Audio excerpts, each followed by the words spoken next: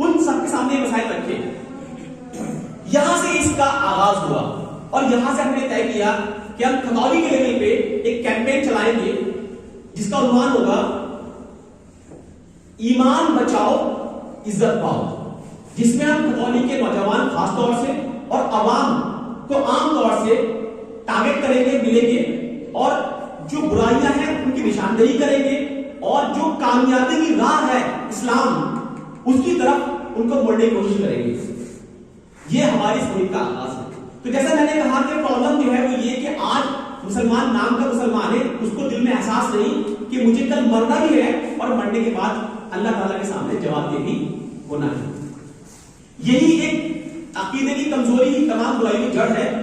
تو ہم اس عقیدے کو ہی مضبوط کرنا چاہتے ہیں اور پھر ہم نے سوچ یہ طے کیا کہ ہم گیدرنگ کریں گے، برائیاں سامنے رکھیں گے، لیکن سولوشن کے طور پر سب سے پہلے جو افراد میں جڑیں گے ان کی اصلاح کریں گے. اصلاح یعنی کہ جو ان کے عقائد میں کمزوری ہے ٹھیک کریں گے اور پھر ان سے گزارش کریں گے کہ وہ اپنے گھر جائیں، جیسی میٹنگ اٹینڈ کر کے آئیں، اپنے گھر والوں کو لے کے بیٹھیں، 1 گھنٹہ، آدھا گھنٹہ، 2 گھنٹے ان سے پھر ڈسکشن کریں اسلام کی باتوں کا.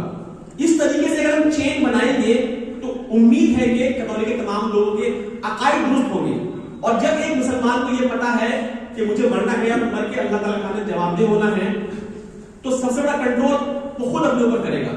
اس کو احساس رہے گا کہ مجھے کوئی دیکھ رہا ہے کہ نہیں دیکھ رہا ہے، لیکن اللہ ہر لمحہ مجھے دیکھ رہا ہے.